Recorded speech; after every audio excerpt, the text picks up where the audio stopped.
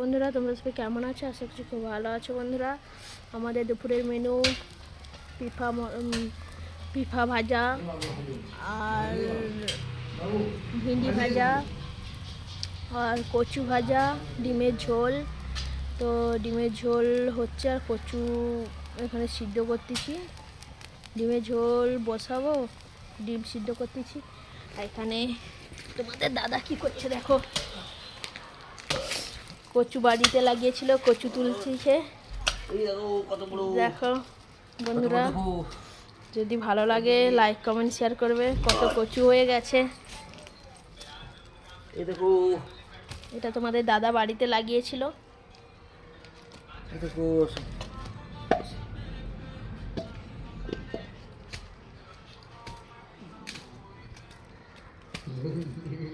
এই দেখো